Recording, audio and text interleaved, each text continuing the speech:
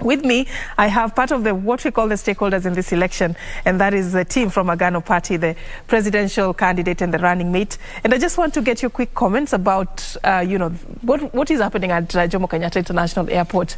Just 12 days to the election, you've heard what the Vice Chair said. As a presidential candidate, do you feel confident that we are set to go as a country? Oh yes, I feel confident, and it's good to know that the elections are there because actually Kenyans want to vote.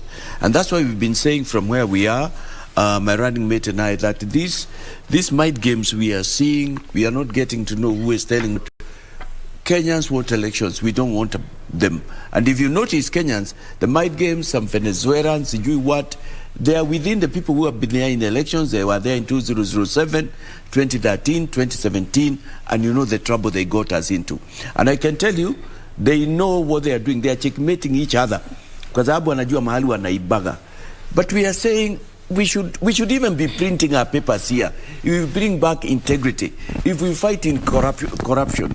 Look, how much money have we spent out there? We should have invested here. It would have meant jobs for the youth and so on. But I'm very happy to notice this. I would ask also, I'm very happy that IEBC issued a statement yesterday. The DCI is doing investigations. And what is also very important is that whatever was with the Venezuelans, if it's not okay, it was captured, and so the elections cannot be interfered. I am looking forward, and I'm asking Kenyans, come out and vote. So, do you feel confident with the Commission's capability to conduct this election? I feel, for me and for us, we went through their grilling, and we had no issues. Up to yesterday morning, I would have had issues because Chebukati had not responded to were there 11 questions or something, or 20? But he responded. If there is anything more, it will come out. But also here, this was a bipartisan effort. Unfortunately, you notice ourselves and the other Roots Party, Agano and Roots, were not able to take their people because we are here working on even a no budget sometimes. And there are so many matters of agents that we need that will cost a lot of money, and yet we'll be in the ballot box. And so we considered, why don't we leave others? And we are happy that religious leaders were there and other stakeholders. They took our place. It's really looking at priorities. Okay, so let's talk about something else that brings all these players in this election together, the 4 presidential candidates and the 4 running mates. And that was the debate that was organized by the media. Yeah? And you were part of the running mates debate. He was part of the presidential debate. Let me begin with the running mates debate for you. What was your take home? How was the experience? And how did you interpret the significance of that moment? For me, I really appreciate what the Media Council did. It opened up a platform for the parties and for the four candidates to be able to speak out to the Kenyans. I think they had known little about us. They also needed to relate to the person and the names that they have been seeing being flashed out. I think we were able to get the chance to sell out, probably not so much, especially for the deputy debate. We may not have had enough time to exhaust, and probably why the reason people were asking if we could have had the 4 of us standing on the same podium at the same time. But we were put into tears. It is okay, I appreciate that. But Kenyans were able to relate and know the people who are sitting in. People were able to know a bit of the people and what we are bringing in. I was having a competitor who is bringing something that is not even constitutional, too much unconstitutional agendas. So the Kenyans, from that perspective, I think probably would rethink. I think the debate gave me and gave us a chance for the Kenyans to rethink. Are we moving with the tyranny of numbers, or are we moving in with people who are coming on board to bring in change? So I think the debate was a good platform to let the Kenyans out there. Someone in Wajir was able to watch us from home. I think it was a good initiative, and I was very thankful that the opportunity was granted unto us. You set the pace, and then yesterday, Mr. Mwaure had an opportunity. It was a one-month show for you, though, unfortunately. So, unfortunately, yeah. And I got very disappointed. I was looking forward to a great debate. While I was still in the car, I learned that my opponent, the Roots candidate was there, and I was feeling, because you see, why we have had a problem in Kenya is leaders who don't want to be interrogated. But going forward, leaders are not small gods. We must be ready to be open and transparent. It was very disappointing for them not to come. And for us, we were able to tell our policies, and Kenyans will notice, could see our genuineness. And we keep saying, there comes a time in life, even a jacket kama hii sasa ya kwenda kampeni huko nje, mwaka ingine hamutanikuta na hii, because you need something new to move a process. An only change is permanent, and change means bringing something new. It was important to hear what the Prime Minister would say, because he's been saying, talking about corruption, so that he could have given Kenyans an opportunity. He has been in government, he knows the corruption. He has been saying there's a lot of corruption in Kenya Kwanza candidate.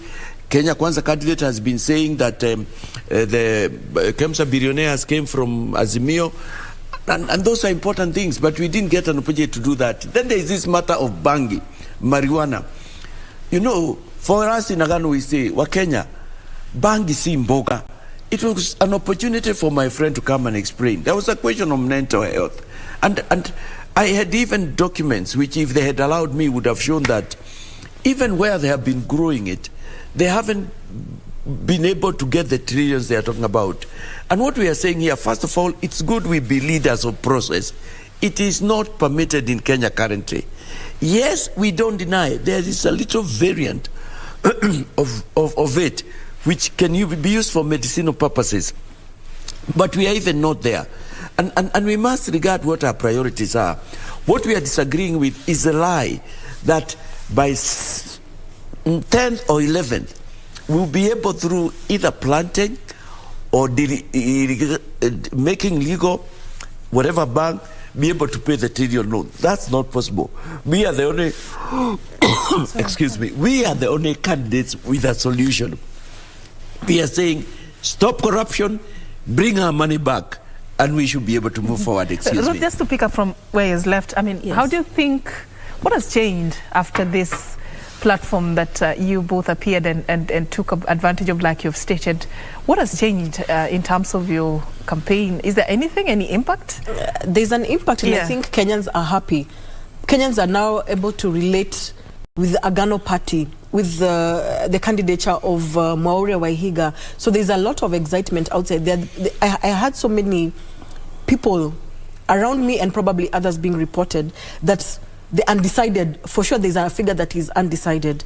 But when they got to hear now David and what he's planning to bring in as the new candidature, the 5th, there's a lot of excitement. There's a lot of people wanting to even try the change. They want to try in the new leadership.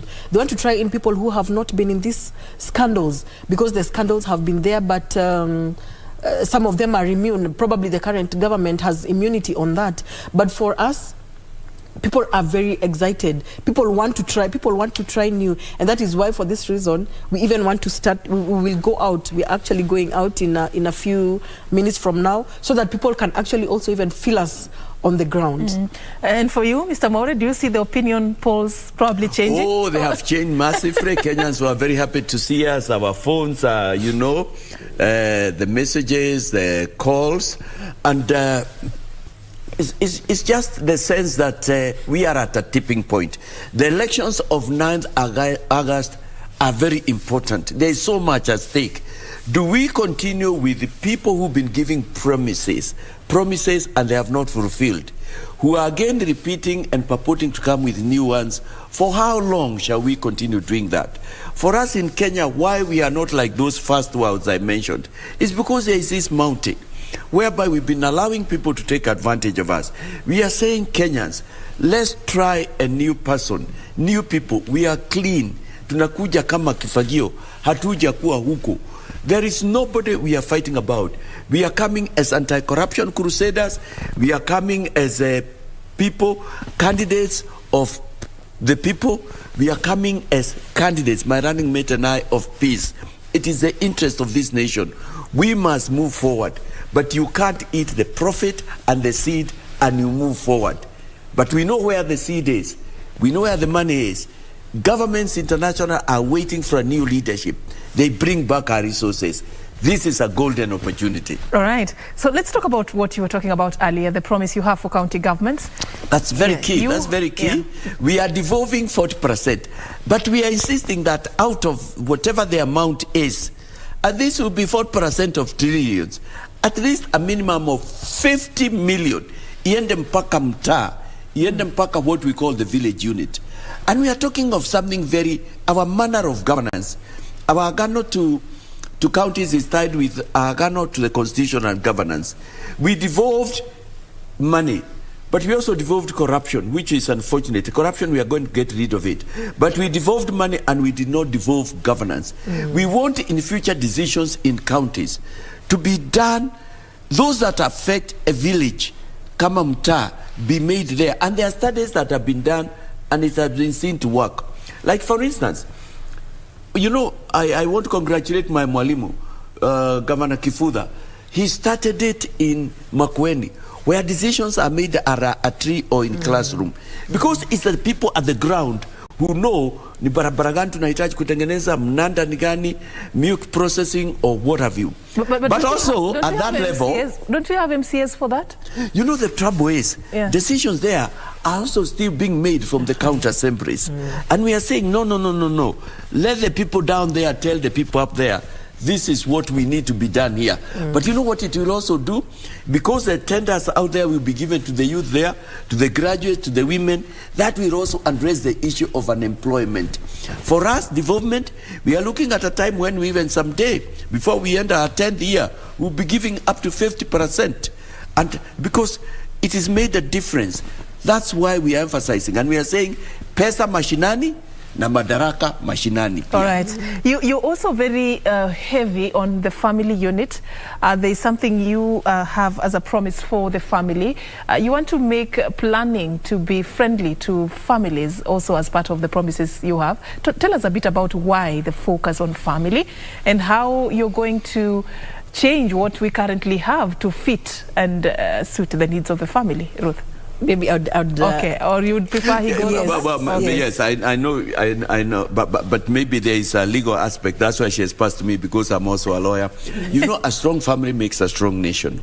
Right now, we plan on the basis of individuals or just numbers. But we're also saying families are important. In fact, we are not the only ones. I've seen manifestos of others, like the one that talks about a takeaway of some amount. It's talking about per family. You know, families are important, and we want also to be families to be factors of planning. I grew up in the village, and where one read and now wakaendelea mbele, they were able to help the others. At least we want to ensure in every family there is somebody who is earning. There is something going to the family. We want families to be stable. We want families to be provided, and we have even provided for a family registry. We want families to be known. Of course, this will be a work that will have to be done because we haven't done it before. Because a strong family makes a strong nation. All right, thank you so much.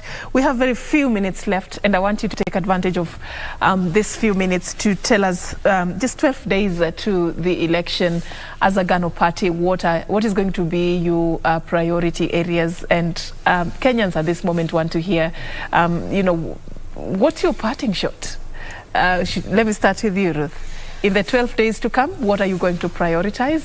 And as we finalize on this conversation, what's your parting shot? Okay, in the 12 days, what we are working towards is coming to meet you. We want to come and meet the Kenyans. We want them to see us on the ground. We want them to see the change and the person who is going to come in and sit in the new government. But all the promises that we are having, we are committed to what we want to do. We are committed on our manifesto. For us, that is why we are using less of the manifesto naming, because some of the people came in with big manifestos, and we know what that adds up to. For us, it is a covenant. It is an agano between ourselves and you. So Kenyans, we are asking that you trust us. We are trustworthy. We are clean. We are asking that Kenyans come up and come out to vote in large numbers. We need your votes. that Goliath that we are calling corruption the Goliath, and that is our focal point. We need to get rid of corruption. We need to clean up, and for us to get in, corruption needs to be gotten rid of our way, and we will be able to establish ourselves and bring in the change that the Kenyans are looking forward. So please come and vote, and we need peace. Tafadhali wa Kenya, tunahitaji amani. We need ourselves. We need to run this country even on the 10th and the 11th. So let us protect each other. Wanarika, let us vote. Let us stop taking the handouts, because we are buying into a corrupt country. We are buying into we are compromising in integrity. So tafadhali, let us vote and maintain peace. Okay. Thank you. Mr. Mwaure, your final words. Very quickly, it is the siphoning of money intended to bring the cost of living down, intended to bring the cost of essential foodstuffs down, that's supposed to provide, employment, that is supposed to pay the debt that we are coming to stop. When we talk about stopping corruption, we are saying no more eating money that is supposed to make us rich, to put food on the table. We are going for the scandals, the big fish, it doesn't matter who it is. We are going to share equally a lot of money to the counties. We are going to give money for the youth, the women, people with disabilities. We are thinking about the police. We are thinking about the people in uniform. You must live a different life. We are talking about loans to the young people. And that money is there. Some of it is abroad. Some of it is in people's pockets. Some of it is being used by other nations to develop them. Kenyans is our opportunity. Even the Bible says you don't take new wine and you put it in old wineskins. This is an opportunity for us. Don't look at the helicopters and the cars. Those people are sponsored. They are using our taxes. Here we come. We are not projects. Choose new. We are coming like David of the Bible. David Mwaure Waihiga, the running mate, the presidential candidate of Agano Party, accompanied by the running mate Ruth Mutua, Ruth Mutua, who also was with us this morning as we were talking about their ambition to succeed President Uhuru Kenyatta, the promise they have for the country and how they seek to make that practical. Thank you so much for keeping it KBC Channel 1 since we began until now. But don't go too far. In just a few minutes, Irene Mchuma will be taking you through the latest developments in the country and beyond on Lunchtime News. My name is Serfine Achieng Ouma. Thank you so much for doing this. And I was also doing this together with Lensa Odingo, our sign language interpreter. Enjoy the rest of your viewing.